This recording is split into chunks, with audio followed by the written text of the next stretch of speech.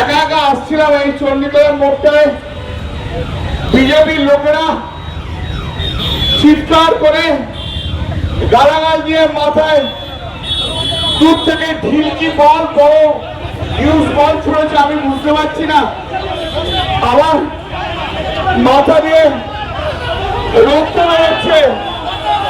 আমি তা সত্ত্বেও আমি আপনাদের কাছে বলতে এসেছি একটাই কথা, আমার আর বলার মতো শক্তি নেই, আমার সত্যি বলার মতো শক্তি নেই।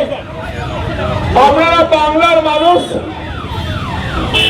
আপনারা চণ্ডীতলার মানুষ, আপনারাই বিচার করবেন যে এই যে গুন্ডাগর্দি করছে, এই যে এমপিদের দিয়ে মারছে, এটা কি ঠিক হচ্ছে?